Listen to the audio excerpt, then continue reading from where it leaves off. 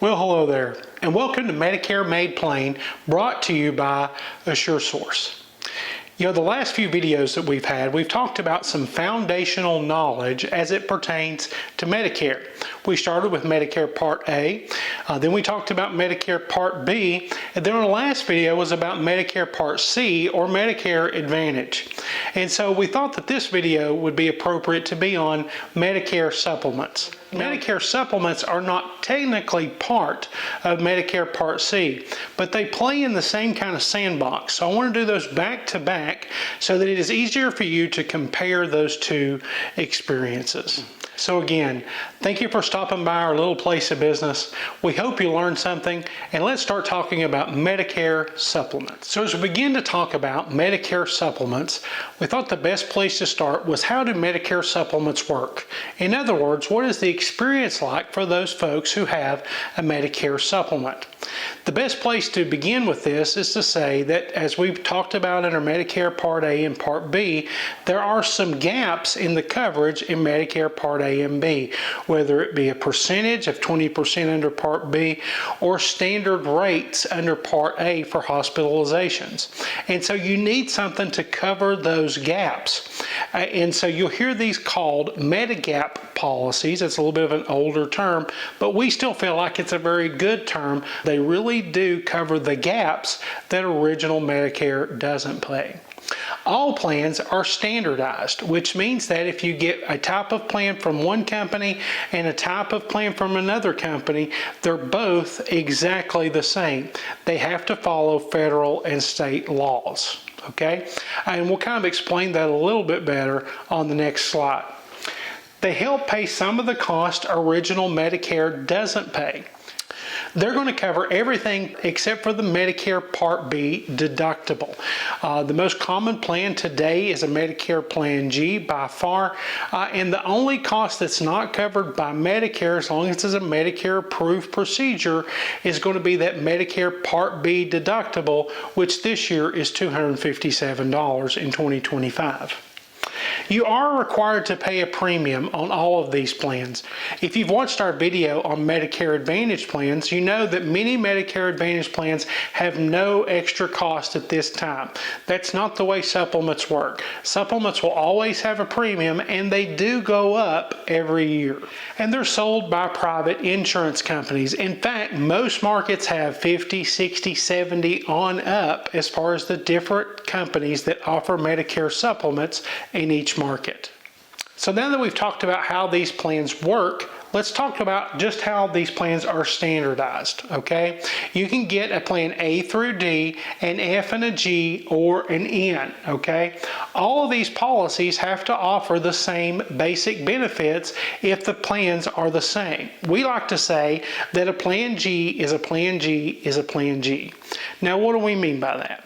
We mean that if you buy a Plan G from one company and you buy a Plan G from another company, those plans are identical in what they cover. They have the same network, they have the same coverages, so what's different about them? What's different about them is going to be the premium of the actual insurance, okay? I like to joke around and say that my dad would say how proud they are of their product, because there may be a $100 swing per month between the most expensive plan in the market and the cheapest plan in the market. So how in the world do you know what to go with? We'll talk about that in just a moment. The next thing we'll talk about is that the best time to buy a supplement is during your initial enrollment period. So as we go through these videos and you say, Dustin, I am definitely a Medicare supplement person, then the best time for you to sign up for a supplement is when you're first eligible to do so. The reason is that they have to approve you without you going through underwriting.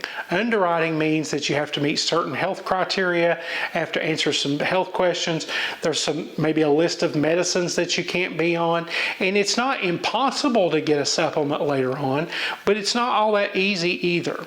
One of the cases that I like to talk about as far as how it can be a little bit difficult is I have a lady who is on a drug called spironolactone. If you've ever heard of spironolactone, it is a low dose fluid pill. It is only a fraction of the strength of Lasix. Lasix is the fluid pill that most people have heard of. This particular lady takes this drug drug because she has a skin issue. This drug was prescribed to her by her dermatologist, not by a heart doctor. However, this drug is on a list of drugs that can be used to treat congestive heart failure. And because of that, it made it very difficult for us in order to get her approved for a Medicare supplement just because she has a skin issue. The last thing is that you have to have Medicare Part A and Part B. Okay, in order for you to get a supplement, you can't just have Part A or Part B, you'll have to have both. And that supplements only cover one person. You know, the guy who trained me in this industry 100 years ago likes to say that Medicare is happy that you're married, but they really don't care, okay? And we kind of chuckle at that, but people are used to like family plans through their employer, okay, where one plan covers everybody. That's not how Medicare works. Every person has to have their own individual plan. A few reminders. I meet somebody every year that just wants all the insurance in the world. They want a supplement. They want an Advantage plan. They may want something else. You can't have both a supplement and an Advantage plan because they don't play well together. In other words, you cannot use your Medigap policy to pay the co-payments on your Advantage plan, okay? I met a lady this past fall. She had been paying for a supplement for years and years and years, the entire time that she had had an Advantage plan, thousands of dollars that she's paid out of her pocket, and that supplement had not paid a dime out for her care while she was paying those monthly premiums. We were able to get the majority of that refunded back to her, but you want to make sure that you don't have both. You can't have both an Advantage plan and a Medicare supplement. If you join an Advantage plan for the first time, you do have 12 months to go back to a supplement without having to go through underwriting, okay? That doesn't mean that you'll pay the same rate or things of that nature, but you for sure be approved. Okay, I had a lady who many years ago that she'd been on a supplement. She was about 75 at the time, and her supplement rate had gotten to a point where she really couldn't afford it. However, after we put her on an Advantage plan, she had some things come up that she was dealing with her kidneys. Well, due to her being concerned about that kidney issue, we put her back on a Medicare supplement, and they had to approve her even though she had this problem going on with her kidneys. That doesn't happen too often, but people do have the option to go back without having to go into underwriting. They don't have to go back to the same exact company, but they have to go back to the same exact plan. So if they had a Plan G before, they'll have to go back to a Plan G. Earlier, we talked about the fact that most markets will have anywhere between 50, 60, 70, even more Medicare supplements in that particular market. And there is a huge swing in how much these plans cost, okay? And so how in the world do you know which company to go with? We're really looking for three things when we look at Medicare supplement companies. The first thing we look at is how long the plan has been in the market.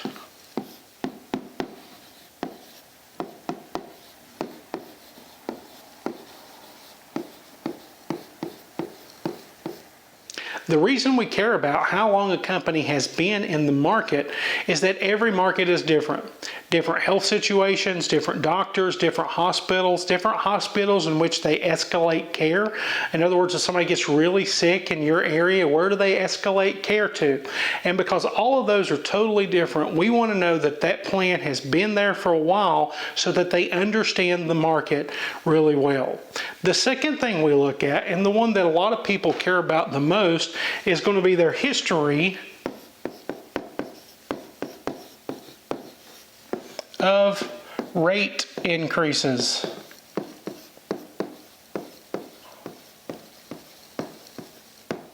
If you remember earlier, we talked about how these plans will all go up for the most part on a yearly basis. And so we want these plans to go up 5, 6% a year. You say, Dustin, why in the world would you want these plans to go up?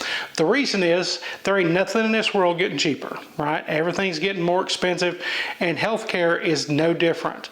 We want these plans to go up for 5 to 6% because that's a lot better than them staying flat for 2 or 3 years and then shooting charging up $100 a month. The second thing we want to keep from happening is that a lot of times you'll see these companies come into a market, undercut everybody in cost, and then jack up the rates in 2 or 3 years once everybody's locked into the plan, okay? And so we look at that history of rate increases, and we want it to be that 5, 6, even 10% a year at times, because that means they're managing their cost well. The last thing we look at, and we didn't used to care about this all that much, but during COVID we saw a lot of companies go away that did Medicare supplements. One company in particular was one of the largest supplement companies in the country. They come up at the end of 2020 and said we're no longer financially viable to do this anymore. So now we really care about the financial health of the company.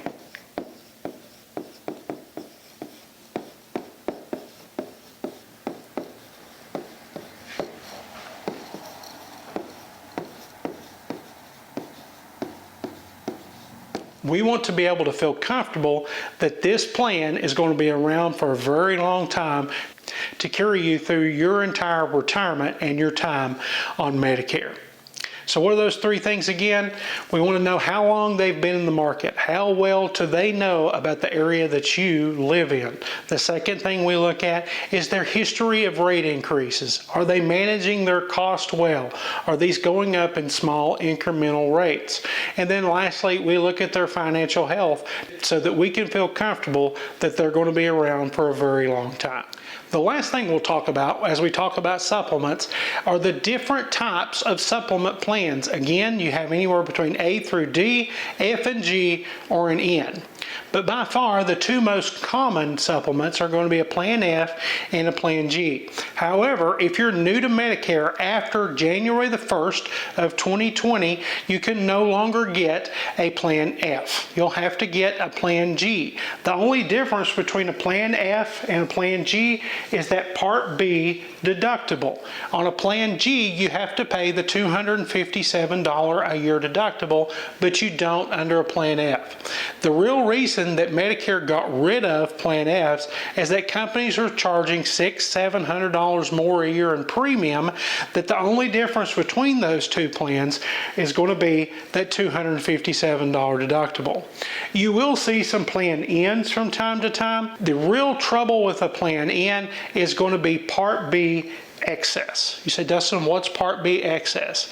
Doctors and outpatient services can charge 15% over the maximum allowable rate for Medicare. On a Plan N, the client will have to pay that 15% excess out of their own pocket.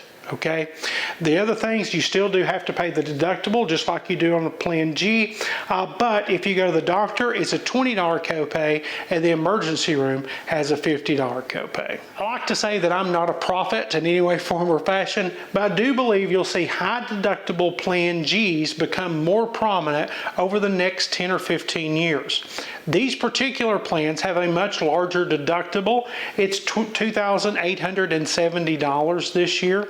However, as people have been used to paying larger deductibles in their employee plan, and they go on to Medicare, I think you'll see these become more prominent because they're not near as expensive as a regular Plan G, and they don't tend to go up quite as much. So the rate increases aren't quite as much as they are on a standard Plan G. So these are a few highlights of the different types of plans. Again, Plan G is going to be the most prominent, probably followed by Plan F for folks that were new to Medicare before January the 1st of 2020, and then lastly probably a Plan N with a few of the other types of plans sprinkled in, but these are all of the different types of Medicare supplements available. So what does all this mean to you?